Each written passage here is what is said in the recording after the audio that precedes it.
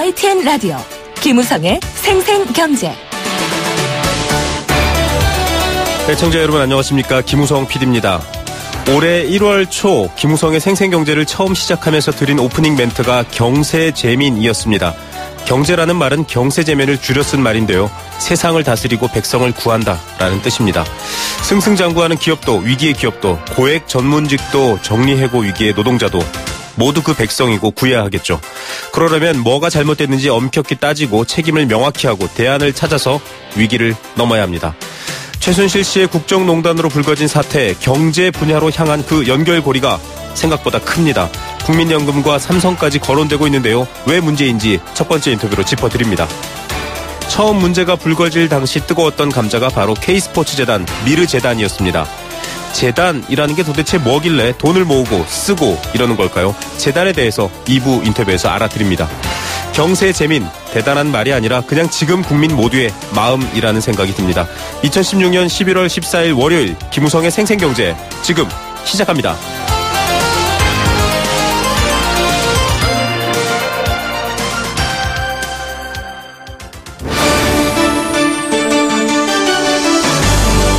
YTN 라디오 김우성의 생생경제.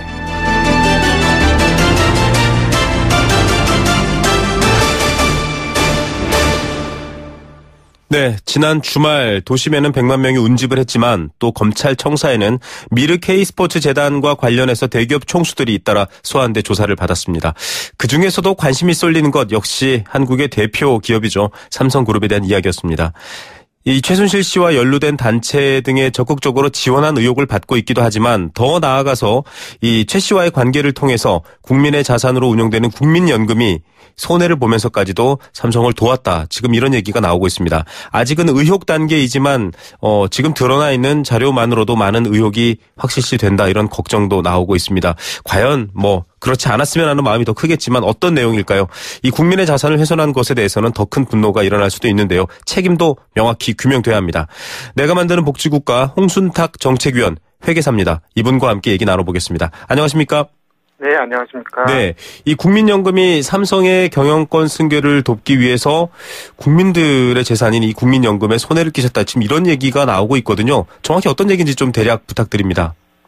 그러니까 2015년 5월, 그러니까 작년 5월이죠. 구 삼성물산하고 제일모직 합병 계약이 체결되었습니다. 네. 그런데 이제 이 계약은 7월에 열리는 주주총회에서 승인을 받아야만 효력이 발생하는 상황이었고요. 그런데 그 합병 비율이 이제 터무니없이 구 삼성물산에 불리하게 한정되었기 때문에 네. 구 삼성물산 주주들의 반발이 있었습니다. 여러 자문기관에서는 공식적으로 그 합병안은 구 삼성물산에 불리하다라는 의견도 냈고요. 네. 그래서 당시 증권시장이나 전부 다 이제 국민연금이 반대할 것이라는 예상이 대다수였습니다. 네네. 그런데 이제 그러한 예상을 깨고 국민연금이 7월에 있었던 주주총회에서 합병에 찬성했습니다. 네. 상식적으로 이해되지 않는 결정으로 삼성그룹이 원하는 합병을 성사시켜준 거죠. 자. 그러니까 한편 이제 요즘 최근 3, 4년간 이해되지 않았던 사건들에 최순실을 대입하면 해석이 된다는 말들이 많잖아요. 네네. 이제 국민연금 합병 찬성도 상식적으로 도저히 이해되지 않는 결정이다 보니까 최순실 씨 연기 의혹이 나오는 것 같습니다. 예. 아까 말씀하신 것처럼 이 찬성 이후에 삼성그룹이 이례적인 방법으로 이제 최순실 씨를 지원했는데 비상식적인 결정과 이례적인 지원이 있다 보니 두 개가 연계된 거 아니냐는 것이 의혹의 핵심입니다. 자, 지금 설명해 주시면서 삼성에게 있어서 아주 중요한 삼성물산과 제일모직의 합병이라고 얘기하셨거든요. 왜 이게 중요한 거죠? 잘 아시겠지만 그 삼성그룹의 경영권 승계는 에버랜드에서 시작됩니다. 네. 그 이재용이 전화수채를 헐값으로 인수했던 회사가 에버랜드잖아요. 네네. 그 에버랜드가 2013년 제일모직 핵심 사업부인 패션 사업부를 사오는데 사오고 나서 이름을 제일모직으로 바꿉니다. 네. 그러니까 지금 나온 합병 논의에서 나오는 출연하는 제일모직이 사실은 에버랜드인 거고요. 네네. 그러다 보니 이재용 일가가 지분을 많이 확보해 놓은 회사입니다. 반면에 이제 구삼성물산은 삼성전자나 삼성 SDS등의 그 삼성그룹의 비금융 회사들 지분을 많이 갖고 있는 사실상 지주회사잖아요. 네. 그룹 경영권 확보의 핵심 회사입니다. 네. 제일모직과 구삼성물산을 합병하는데 제일모직한테 유리하게 합병을 한다고 하면 이재용 일가는 합병 회사에 대해서 지배권을 확보할 수 있게 되기 때문에 네. 돈 안 들이고 그룹 경영권을 확보할 수 있는 거죠. 예. 큰 그림으로 보면 에버랜드가 제일모직을 흡수했고 다시 삼성물산을 흡수한 것이 큰 그림이고 삼성그룹 경영권 승계 핵심 과정이었습니다. 예, 이게 뭐 지금 KBS 비롯한 여러 언론에서도 보도가 되고 있지만 이 롯데 사태 때도 저희가 말씀드렸던 순환출자의 복잡한 구조인데요. 삼성물산, 삼성바이오로직스, 삼성전자, 삼성생명 굉장히 복잡한 지배 구조인데 그 키에 해당하는 게 바로 지금 제일모직과 삼성물산의 합병이었다. 지금 이런 설명인데요. 지금 당시 합병 비율이 사실은 가장 문제가 되는 부분이지 않습니까? 이 제일모직 대 삼성물산을 1대 0.350088로 굉장히 세밀한 소수점까지 나왔는데요. 제일모직에 지나치게 유리하게 산정됐다라고 지금 얘기가 나왔습니다. 물론 앞서 설명해 주셨던 것처럼 지금 이재용 부회장 일가가 제일모직 주식을 더 많이 그 지분을 갖고 있기 때문인데 더 많이 이런 얘기인데 이 비율이 왜 문제가 되고 있는 거죠? 그 합병할 당시 이재용 일가라고 하면 이제 이재용 씨, 이건희 씨, 이부진 씨, 이서연 씨까지 네 분을 말씀드리는 건데, 네 분이 제일모직 지분은 42% 이상 가지고 있었습니다. 네. 상대적으로 구삼성물산은 1.4%밖에 없었거든요. 네네. 만약 두 회사를 1대1로 합병하게 된다고 하면 이제 합병 회사에 대한 그 4명의 지분율은 20%밖에 안 됩니다. 네. 그런데 지금 1대 0.35라는 제일모직의 매우 유리한 비율로 합병했기 때문에 결과적으로 30%의 지분율이 됐거든요. 네. 그 합병 비율에 따라서 지분율이 10%가 왔다 갔다 하는 건데요.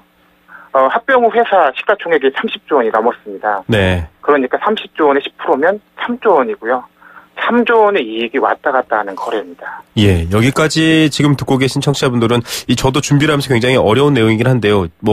그렇게 해서 일단 이재용 씨를 비롯한 삼성 지배자들이 어떻게 보면 이 지배를 할 수 있는 조건을 마련했다 정도로 보겠지만 문제는 이게 사실은 합병을 반대하는 외국인 지분도 27%나 됐고요. 또 여기에서 국민연금도 꽤 많은 지분을 갖고서 중요한 역할을 차지하고 있었죠. 예.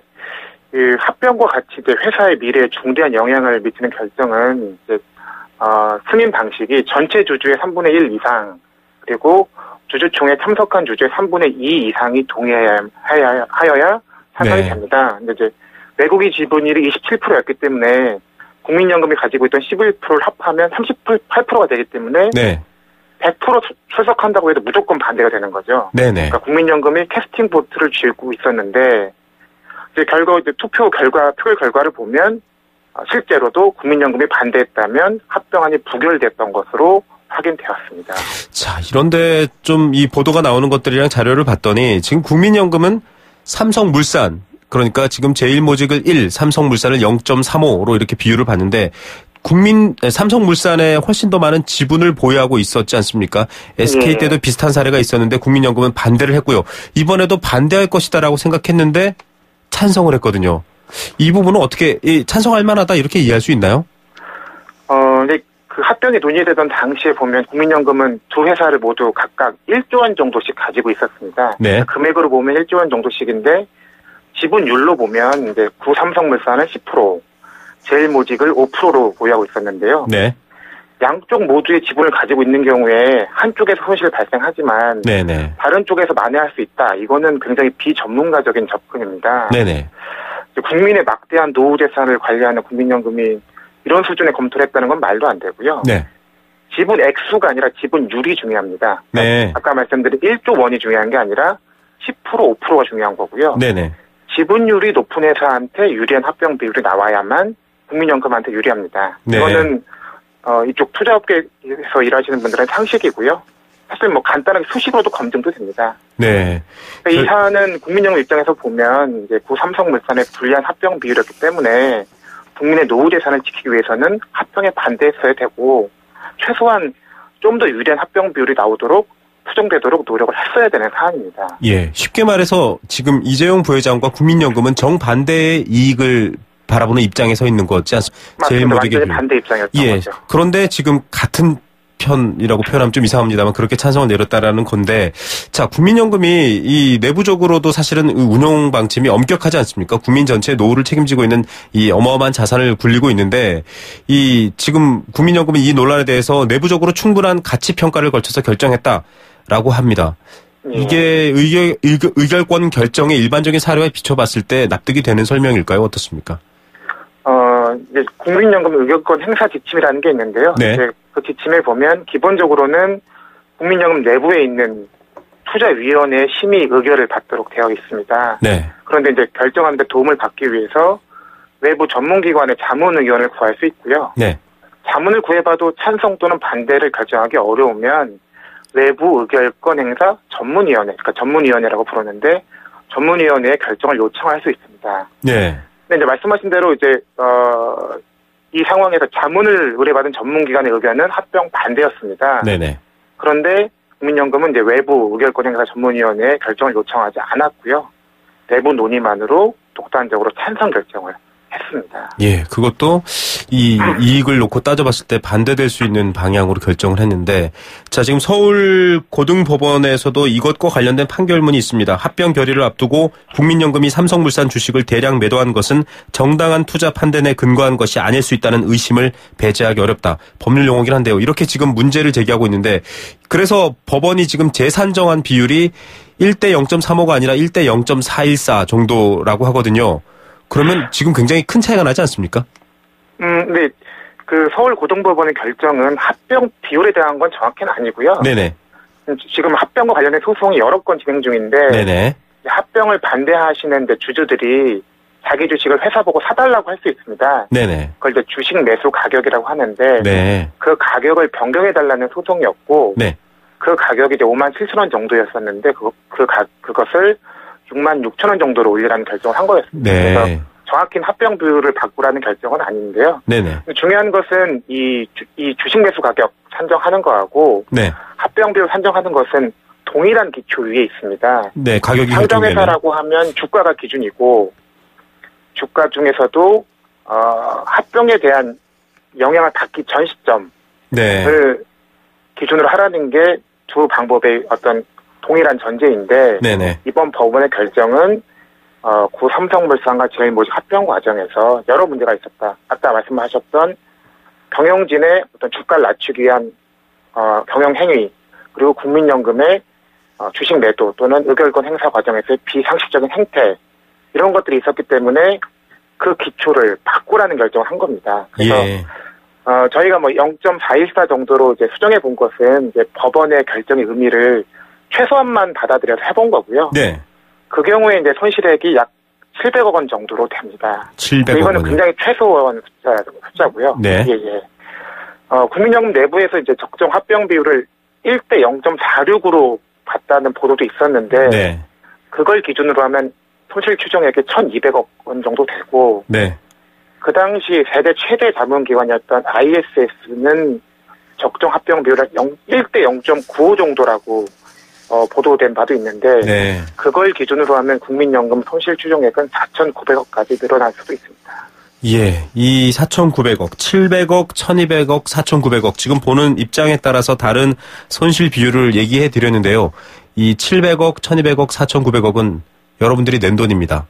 자, 그런데 이런 식으로 지금 더 수사와 또 이 법원의 근거는 삼성물산 주식 매수 청구에 대한 얘기지만, 이 본격적으로 그렇다면 어떤 영향을 미쳤는가, 어떤 부적절한 의도를 가진 영향을 미쳤는가, 이런 것들이 조사될 수도 있는데요.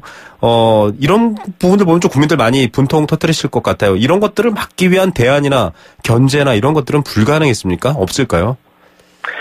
현재는 국민연금에 대해서 이제 가입자인 국민들이 어떤 투자 결정, 투자 방향에 참여하는 통로가 좀 적습니다. 네. 그리고 그 결정 결과에 대해서도 어떤 공개되는 절차가 적고요. 그래서 이제 국민들이 굉장히 소중한 노후 자산이기 때문에, 네.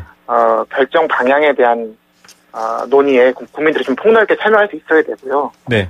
어떤 그 결과에 대해서 통제할 수 있는 방법들이 마련돼야 될 것 같습니다. 예, 이 정말 중요한 부분이기도 하고요. 이것 외에도 많은 문제들에서 지적되고 있지만 우리 사회의 투명성 정말 어디까지 떨어져 있는지 또 한번 한탄하게 되는 얘기였습니다. 저희가 또 추이 보면서 한 번 더 연결드리도록 하겠습니다. 오늘 말씀 감사드립니다.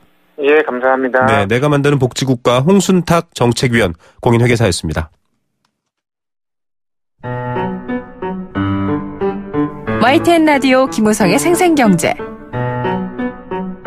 네, 경제 심리가 대부분이다라고 했는데요. 역시 경제 공감 사전, 여러분들의 마음을 좀 읽어볼 수 있는 그런 참여 코너입니다.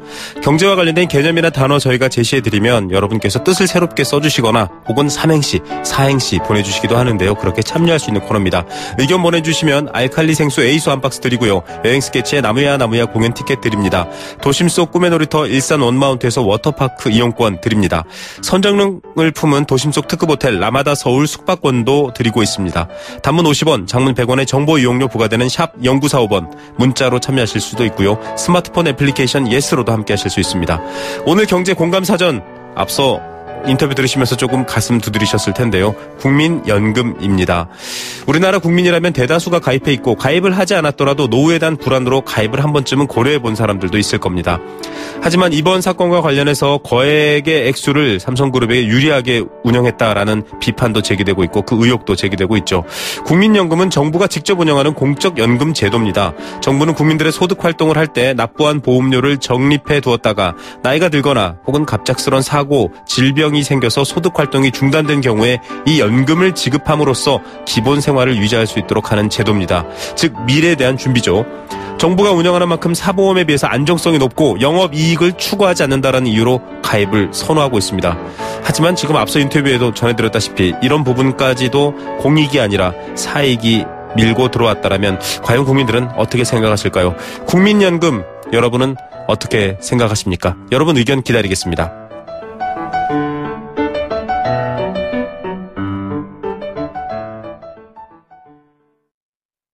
당신의 인터넷이 과거의 속도에 멈춰 있다면 이제 SK로 움직이세요.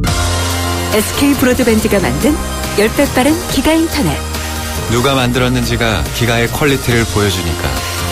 인터넷은 기가, 기가는 SK. SK 브로드밴드 기가 인터넷. 에이스 고객 지성 이보영 침대를 말하다. 이 남자 가구 살 땐 신경도 안 쓰더니 침대는 자기가 먼저 누워보는 거 있죠? 당연하지. 몸을 위한 건데. 응? 잡았으면 알 텐데. 침대는 가구가 아니다. 침대는 에이스다. 에이스 침대. 네, 생생경제 일부 포스코, 제2의 도약 글로벌 리딩 공항, 인천국제공항공사와 함께했습니다. 안내 말씀 하나 드릴게요. 무릎 아프신 분들께 유용한 소식입니다. 무릎 관절염 때문에 아파서 외출 힘들고 밤잠도 이룰 수 없지만 또 비싼 수술비 때문에 치료 망설였던 어르신들 많으시다고 합니다. 대한노인회 노인의료나눔재단이 보건복지부와 함께 오는 12월까지 2,600명의 어르신께 무릎 관절염 수술 받으실 수 있도록 수술비 지원해드린다고 합니다. 경제적으로 어려운 만 65세 이상의 퇴행성 무릎 관절염 어르신이라면 누구나 신청 가능하고요. 부담이 많이 되는 간병까지도 무료로 지원된다고 하니까 연락하셔서 혜택 보시면 좋을 것 같습니다. 본인이 아니더라도 가족이나 이웃 등의 대리 신청도 가능합니다. 12월까지 신청을 받는다고 하니까 많이 참여해 주시고요. 1661-6595, 1661-6595번 전화 거셔서 물어보시면 됩니다. 캠페인 2개 들으시고요. 경제 톱뉴스로 돌아옵니다. YTN 라디오 캠페인. 물 없는 한라산, 물 없는 제주 바다를 상상할 수 있나요? 제주의 아름다운 자연과 풍경은 깨끗하고 건강한 물이 있기에 가능합니다. 제주를 아름답게 만들어주는 건강한 물은 우리의 몸과 마음도 아름답게 만들어줍니다. 건강한 몸과 마음을 지키는 일. 아름다운 물을 사랑하고 지키는 일에서부터 시작됩니다. YTN 라디오 아름다운 물 캠페인은 광동제약과 제주특별자치도 개발공사와 함께합니다.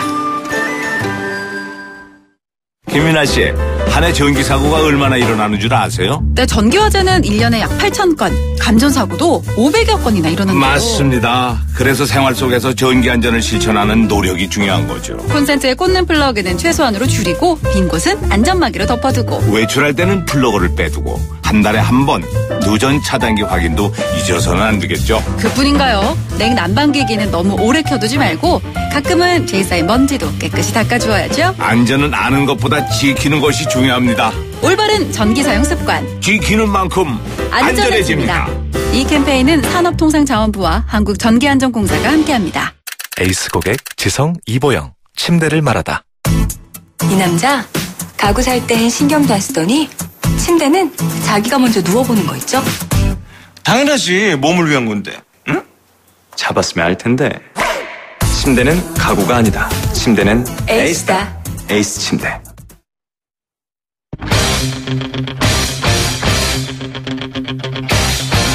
지금 가장 뜨거운 경제 소식. 경제 톱 뉴스. 네, 이 시각 주요 경제 뉴스 먼저 전해드리겠습니다. 취업을 준비하고 있는 사람들 숫자가 13년 만에 최대치를 기록했습니다. 열심히 준비하고 있는데 준비에 대한 결과는 나오지 않아서 답답한데요. 첫 번째 뉴스로 전해드립니다. 2018년부터는 TV 홈쇼핑을 통해서 자동차를 구매할 수 있습니다. 어떻게 바뀌었을까요? 관련 내용 두 번째로 전해드립니다. 113 부동산 대책 많은 분들이 관심을 보이셨는데요. 이 청약 조정 지역에 대한 재당첨 1순위 제한 적용일 등이 나왔습니다. 구체적인 이야기 세 번째 뉴스로 전해드리겠습니다. 이 시각 가장 뜨거운 경제 톱 뉴스 2대1리 권소연 기자 연결합니다. 안녕하십니까? 네, 안녕하세요. 취업 준비하시는 분들 13년 만에 최대치를 기록하고 있네요. 네, 취업을 준비하는 사람은 구직 활동을 하지 않기 때문에 비경제 활동 인구로 들어갑니다. 그러니까 실업자에도 속하지 않게 되는 건데요.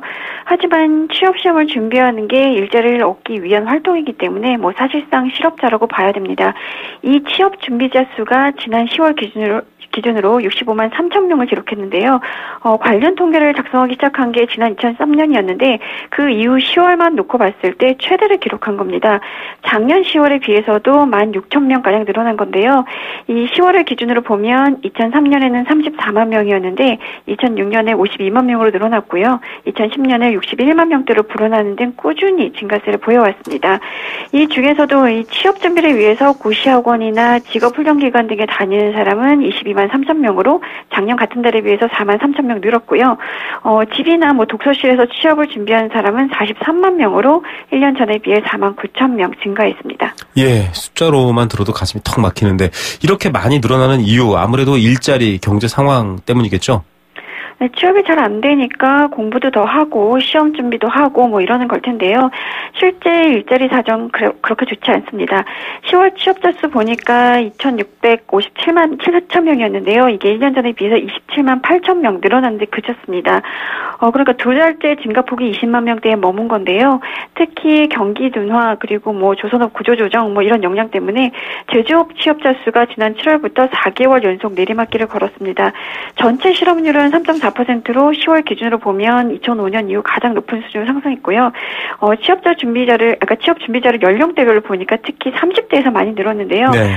취업이 잘 안 되니까 대학 졸업을 늦추면서 재학생으로 남아 있는 일들도 많고 또 공무원 시험 준비 오랜 기간 하는 사람들도 늘어나고 있는 상황입니다. 예, 이분들한테도 골든 타임이 있을 텐데 빨리 결정됐으면 좋겠습니다.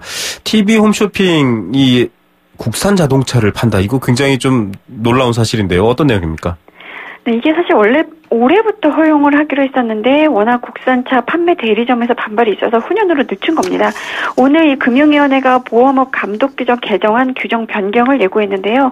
지금 현재 규정상으로 보면 보험 상품을 판매하는 이제 홈쇼핑을 포함해서 보험 대리점에서 자동차를 판매할 수 없습니다. 네. 그러니까 이 상품 팔면서 보험을 끼어 팔게 할 수 있으니까 이걸 좀 막자 이런 취지였는데요.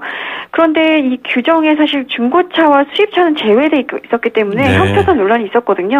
요즘 TV 홈쇼핑에서 수입차 판매하고 이런 건 좀 봤었거든요. 네. 근데 국내 자동차 업체에 대한 역차별이 아니냐 이런 지적이 당연히 나왔고요.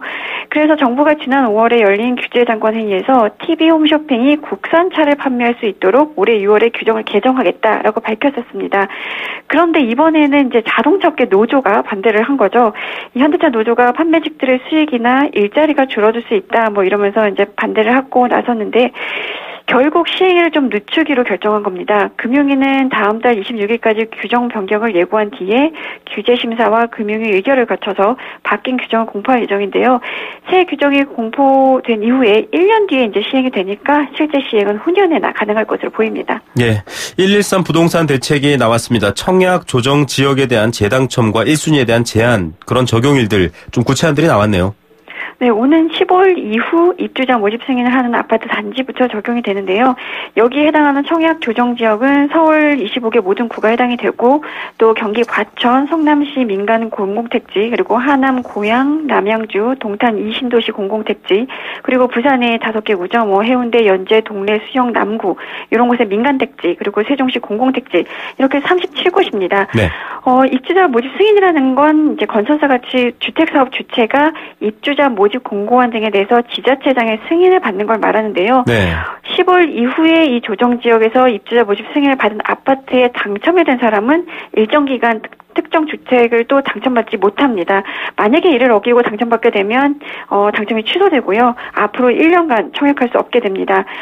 지역과 주택 전용 면적에 따라서 이 제한 기간이 5년, 3년, 1년씩 이제 좀 차별화되어 있는데요. 네네. 부동산 대책 이전에 당첨된 경우에도 적용이 됩니다.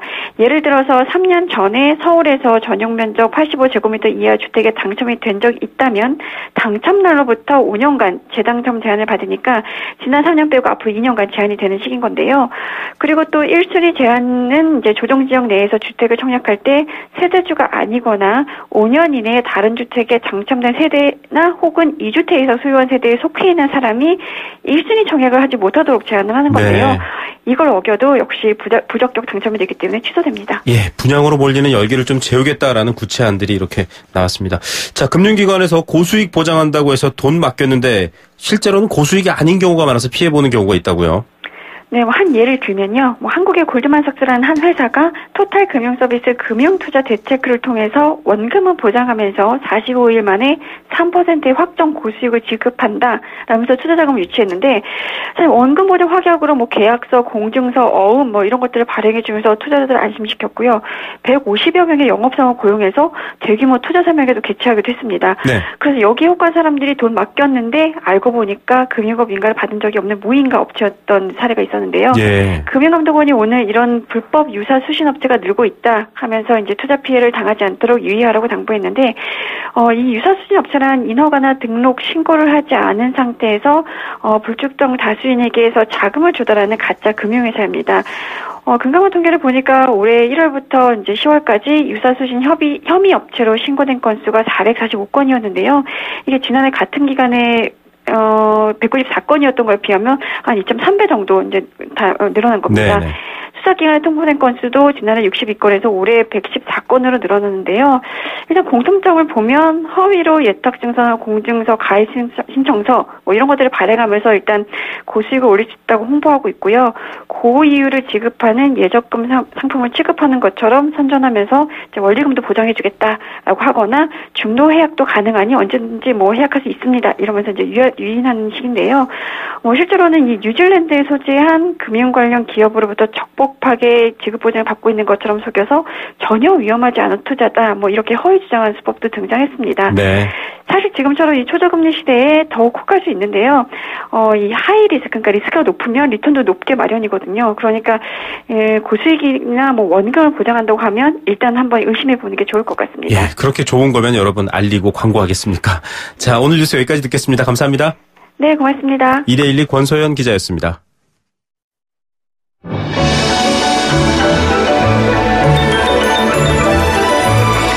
오늘의 경제를 들여다보는 시원한 창.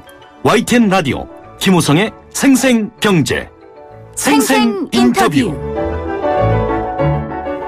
네, 두 번째 생생 인터뷰입니다. 주말 역사에 남을 국민들의 촛불, 정말 언론사와 해외 외신들까지 관심을 모았습니다. 100만 명의 평화 집회인데요. 사실 그 무게감은 큽니다.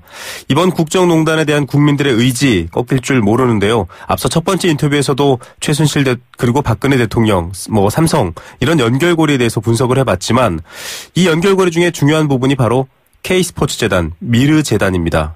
그런데 재단이라는 말이 등장하죠. 도대체 이 재단이라는 게 뭐길래 이걸 통해서 돈을 모으고 쓰고 했던 걸까요? 사립학교 다녔던 분들 기억 속엔 재단 이사장 이런 말도 기억나실 텐데 그것과 같은 재단일까요? 언론인이셨죠. 활발한 정치평론 활동하고 계시는 법조인입니다.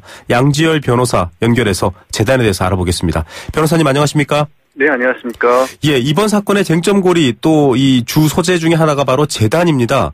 그런데 언뜻 들어선 사실 잘 모르겠거든요. 이 재단이 뭔지. 어떤 건가요?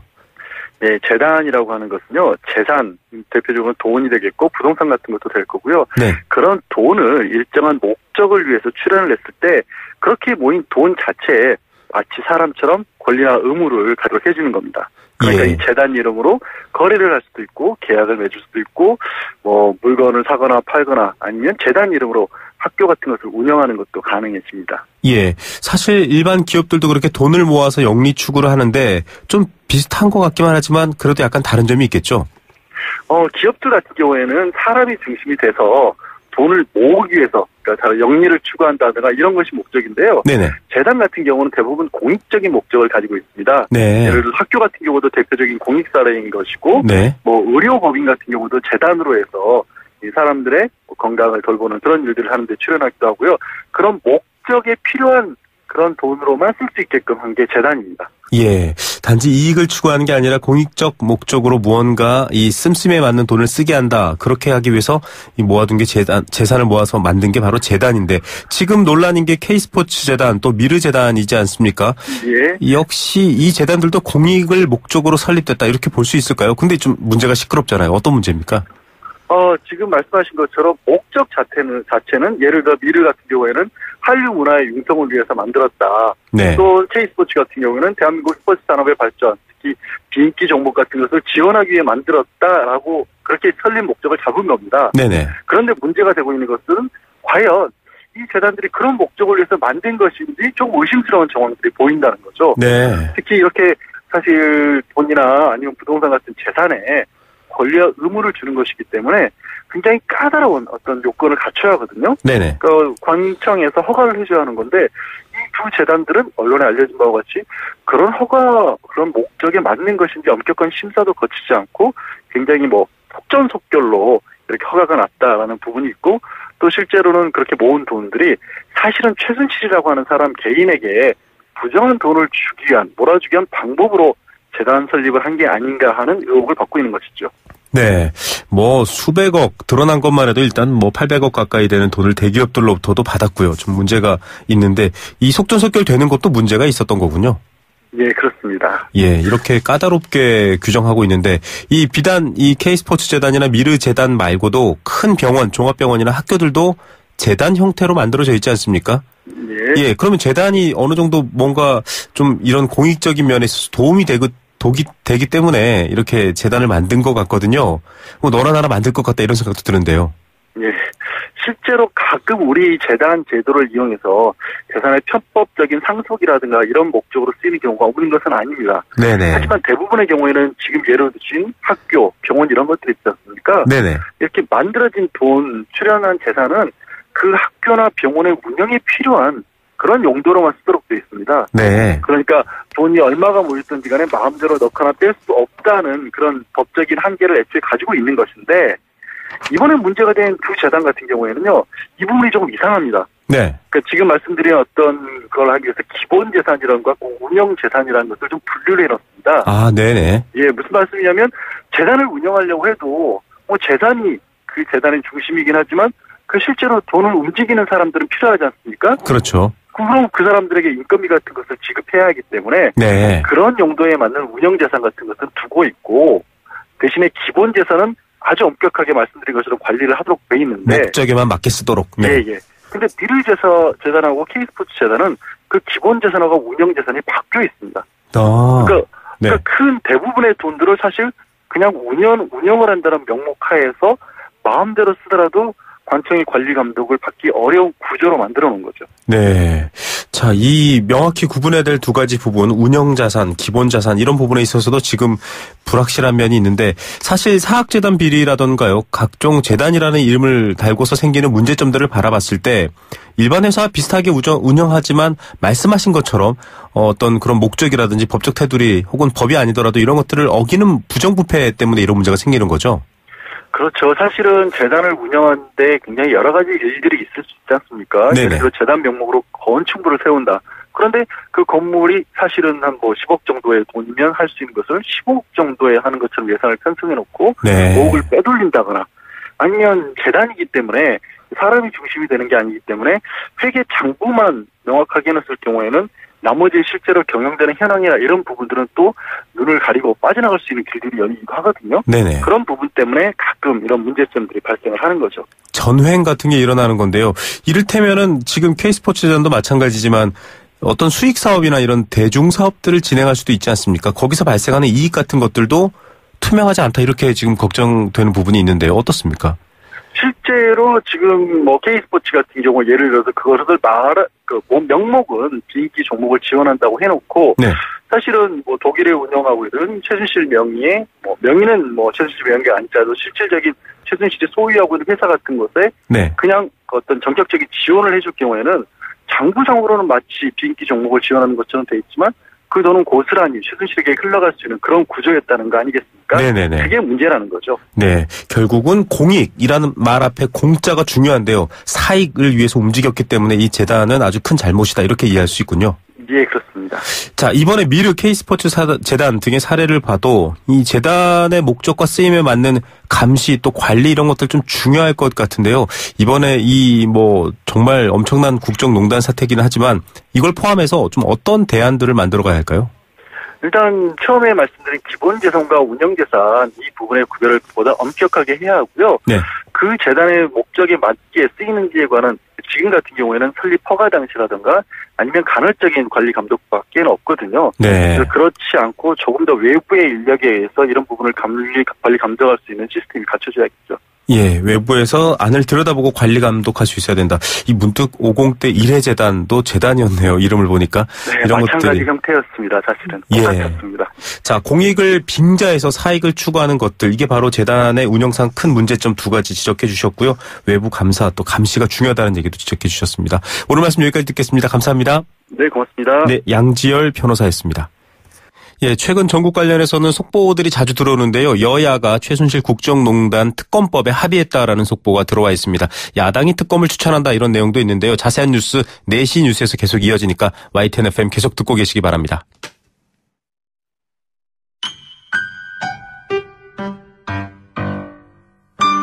행복한 살림살이 생생장바구니.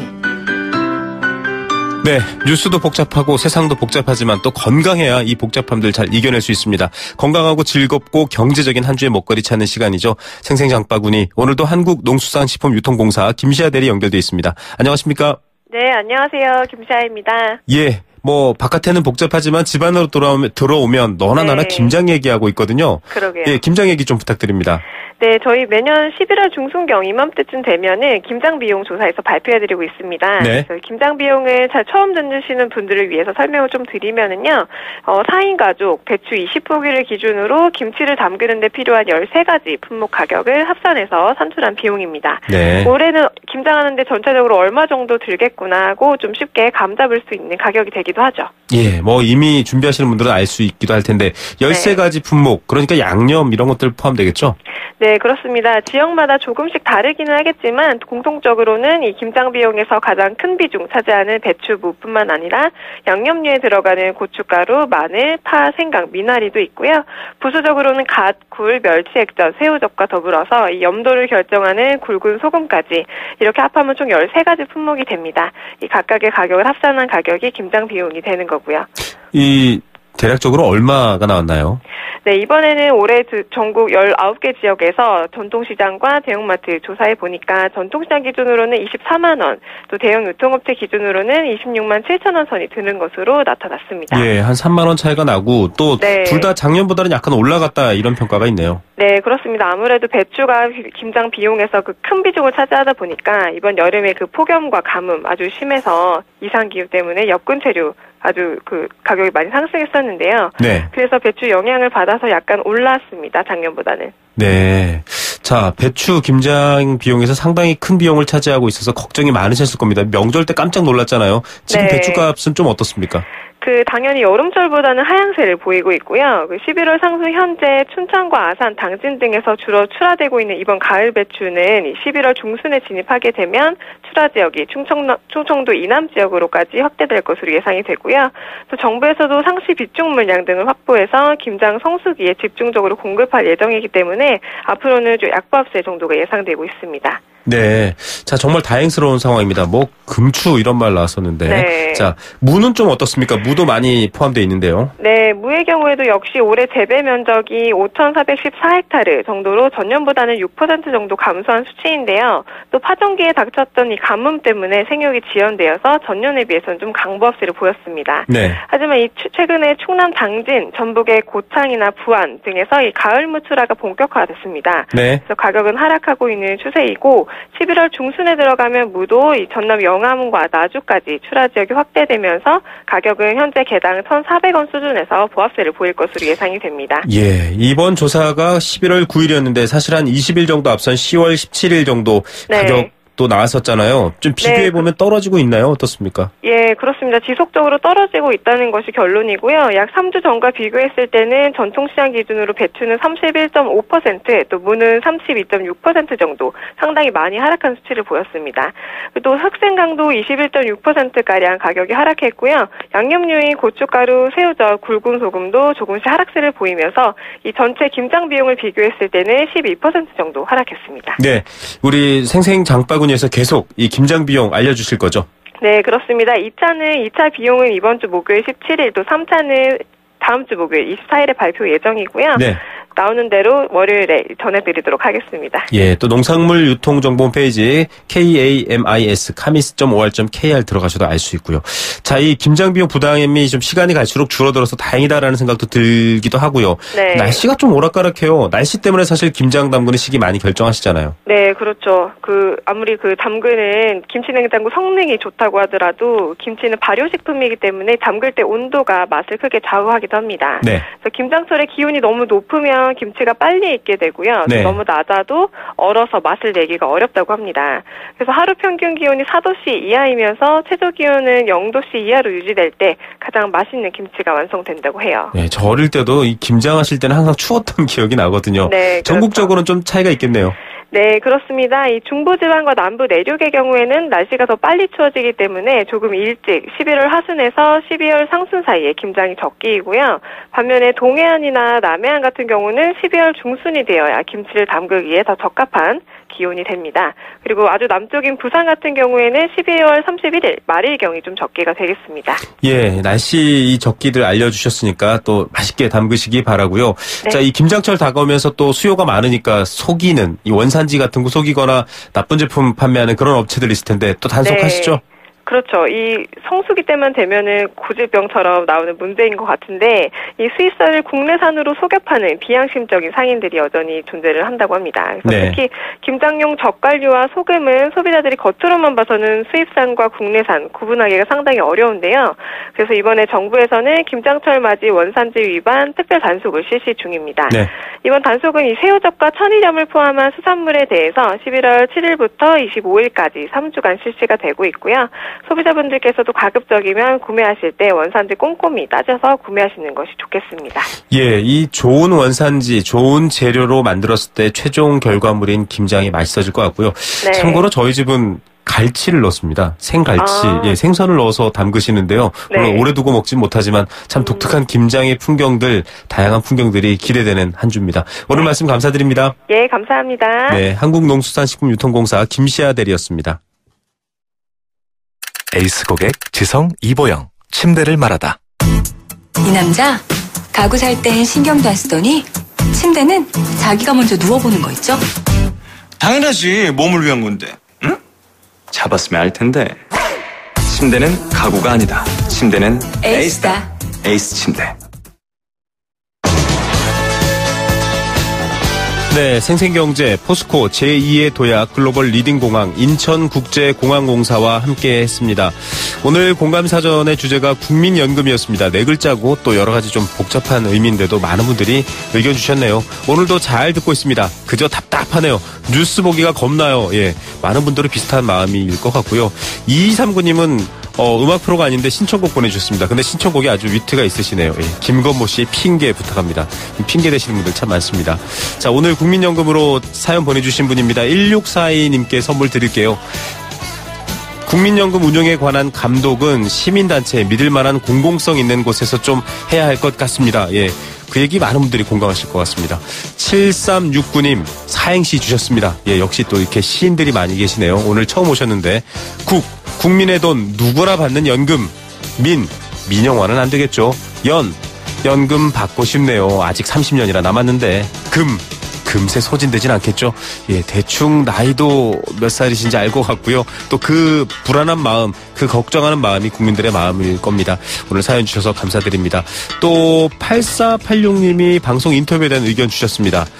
K스포츠 미르재단, 저희가 두 번째 이 재단이 뭔지, 재단으로 어떻게 돈이 유용되는지에 대한 인터뷰를 보내드렸는데요.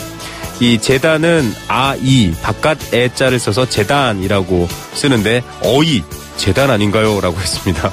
예, 무속에 빗대서 이렇게 표현하시는데 오죽하면 또 이렇게 답답한 마음 또 갖고 얘기를 하실 걸까요? 자, 라마다 호텔 숙박권 잘 받았습니다. 6467님 사연 주시면서 자, 국민을 위한 연금이 아니라 국민을 무시하는 연금이다 라면서 또 화를 내셨습니다.